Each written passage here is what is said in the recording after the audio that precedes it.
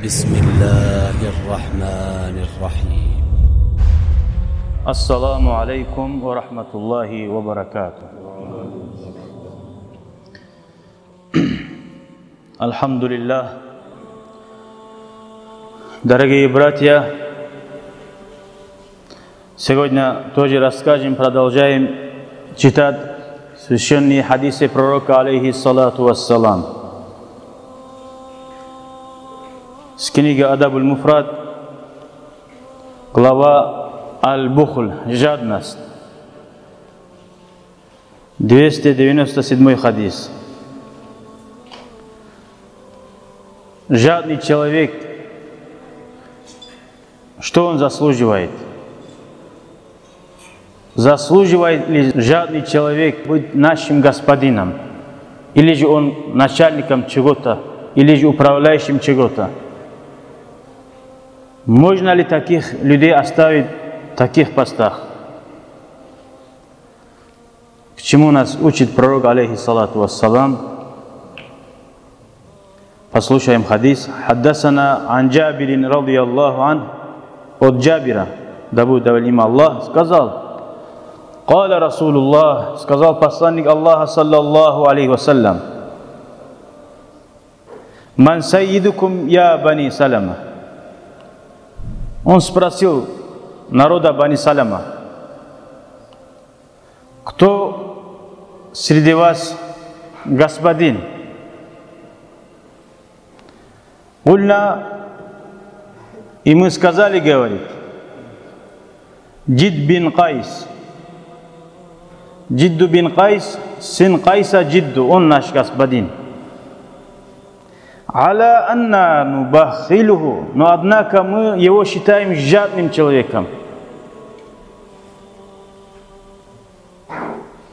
Каль, тогда пророк, алейхиссалам, сказал: Ва айюдаин адва миналь бухли. Какая же болезнь, говорит, хуже, чем жадность, говорит. Имея такой характер, как вы можете его назначить господином для вас, говорит. Такой человек не заслуживает быть господином. Это имеется в виду, пророк, алейхиссалам, говорит. Если такого человека вы сделали господином, хуже его нету, получается. Потому что кто за людьми смотрит, он должен быть щедрый человек. И не слабый, сильный человек. Шустрым должен быть. Но когда жадность есть, уже все. Пророк, алейхиссалату вассалам, сказал: Баль сайидукум Амру бин Джамух. Ваш господин Амру, сын Джамуха. Сразу же уволил его с работы. Народу сказал: все, он вас не господин. Немедленно уволил. А Амру был щедрый человек. Даже до ислама, когда вот идолы, за ним он смотрел. Кто проходит поклонение идолам, он был щедрый, их угощал, уважал. وَكَانَ يُولِمُ عَنْ رَسُولِ اللَّهِ صَلَّى اللَّهُ عَلَيْهِ وَسَلَّمَ إِذَا تَزَوَّجَ. Когда пророк, алейхиссалам, женился, он, валима, это свадьбу, он на себе брал, говорит. Он был щедрый человек. Вот такие люди заслуживают быть господином. С этого хадиса мы понимаем, когда видим или же услышим где-то такой человек, он их главный, и он жадный, надо сказать это хадис, чтобы его сразу уволили. Вот это сунна, не просто слушать и понять это хадис. Это понимать будет, когда мы будем по этому хадису действовать.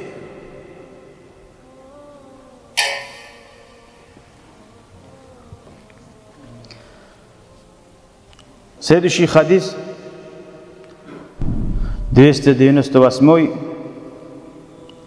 Каким должен быть управляющий над людьми? عن عبد الملك بن عمير قال حدثنا وراد كاتب المغيرة. Писатель Мугири, который от него пишет письма, он рассказывает, что было между сподвижником Мугира и правителя мусульман Муавия, радiyallahu анху джамиан. Сподвижник Муавия написал сподвижнику Мугира бин Шуба, письмо написал и отправил. Ан ухтуб илайя бишайин самиатаху мир Расулиллахи саллаллаху алейхи вассалам. О Мугира, напиши мне что-нибудь, то, что ты услышал от посланника Аллаха саллаллаху алейхи вассалам. Не удивительно ли здесь? Правитель мусульман пишет одному сподвижнику, хотя он сам тоже был сподвижником пророка, алейхиссалату вассалам. Почему он другого сподвижника просит, чтобы он ему написал что-нибудь? Потому что этот правитель надеется, что он истинный мусульманин, и он знает, что ему подобает это время, каким хадисам больше придерживаться. Много хадисов же пророка, но он занят делами государства. Видите, всегда человек нуждается в праведных людей, умных людей. Вот у него попросил он, просто напиши что-нибудь. А он что он напишет, он оставил для него. Посмотрите, Мугира какой умный был. Какой подобающий хадис он выбрал для правителя мусульман. И он написал: Анна Расул Аллах, посланник Аллаха саллаллаху алейхи вассалям, кана янха ан қилин ва қал. Он запрещал от слов, тот сказал, так сказали, вот это слово много использовать. Пророк запретил. Соседка так сказала, или тот так сказал. То, что ты не видел, постарайся не взять на себе. То, что ты 100% не уверен. Иль каль, тот сказал, это сказал. Когда ты 100% уверен и можешь за это отвечать, есть нужда, чтобы ты это сказал, тогда другое дело.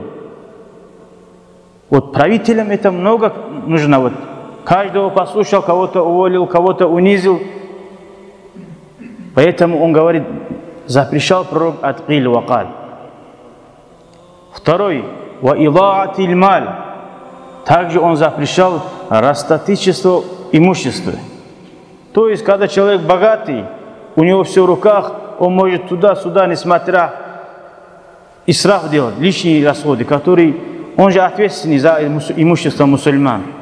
Пророк ему напоминает хадис пророка, что пророк запрещал этого. Также в наше время видим некоторые люди, у них чуть деньги появились, так внезапно разбогатели, они в Дубай ездят, в ресторан там покушать. Просто на самолете в Дубай поехали, фоткали, приехали. Другой цели нет у них, который полезна для здоровья, или для семьи, для чего-то. Чисто покушать. Мы же видим таких братьев. Но это один пример, но таких много. Пророк запретил от растратительства. Инналь мубаддирин кану ихвана шаятин, ва кана шайтану ли раббихи кафура. Аллах Всевышний в Коране говорит, кто так исраф делает имущество, они братья шайтана, говорят. А шайтан неблагодарный Аллаху, говорит. Третий, то, что он ему завещание сделал, вакасрати суаль. И много задавать вопросов. Много задавать вопросов. Это как, почему так, почему так? Когда можно просто глаза закрыть, а он много задает вопросов. Живи спокойно.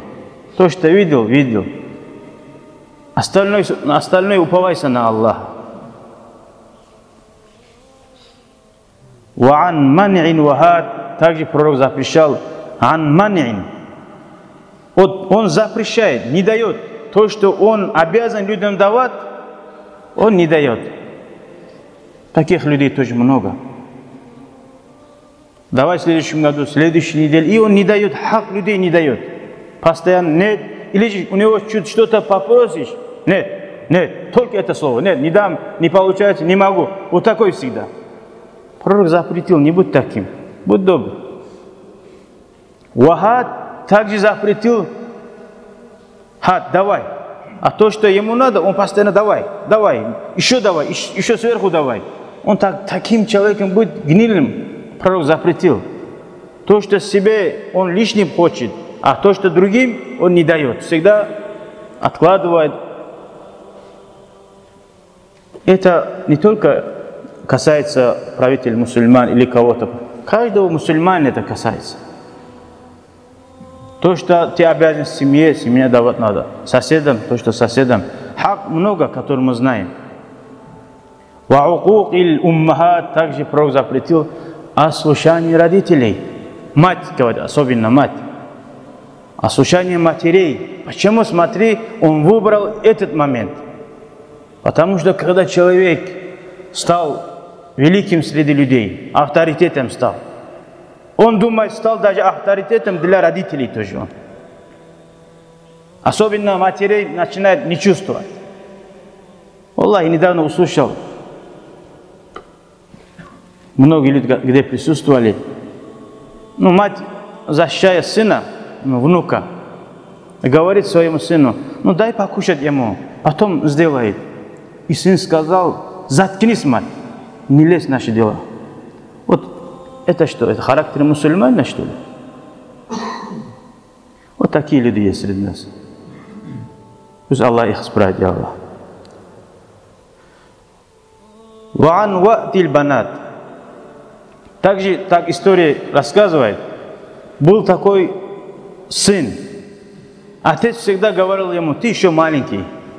Ты еще маленький. И он один день стал авторитетом для людей.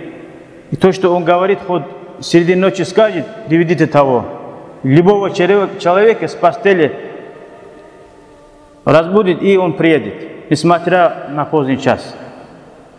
И он один время захотел доказать отцу, что он уже не маленький. Отправил своих людей поздно ночи: идите, разбудите моего отца и приведите немедленно ко мне, говорит. И эти охранники, его люди пошли, разбудили отца и привели среди ночи. Отец говорит: видишь, говорит, я маленький или большой, говорит. Отец сказал, говорит: о, бедный, говорит, ты еще маленький, говорит. Если маленький не был, говорит, разве такое время отца разбудишь? Такое время себе перед тобой вставать заставишь, что ли, говорит. Конечно, ты маленький, и всегда будешь маленький, говорит. Вот родителям доказать, что ты взрослый, и кричать на них, которые тебя научили говорить, которые тебя научили ходить, которые научили тебя кушать. Куда ты идешь? Также пророк, алейхиссалам, запретил ваан ватил банат. Когда пророк говорит про матерей, это не значит ослушаться от отца можно. Просто отца и так люди боятся. Сыновья детства боятся. Вот отец придет, отцу скажу. Поэтому про матерей больше рассказывать и внимание делать. Чтобы правитель мусульман, если есть такие дурные обычаи, если среди людей есть ослушание, те люди, которые ослушаются родителей, чтобы он же правитель мусульман, чтобы он на это внимание обратил и наказывал, и воспитал таких сыновей и таких людей. Поэтому он выбрал этот хадис ему рассказать. Пусть Аллах нам поможет исправиться и идти по этим хадисам пророка, алейхиссалату вассалам. На все воля Аллаха. شكرا يا ربي شكرا هديت قلبي شكرا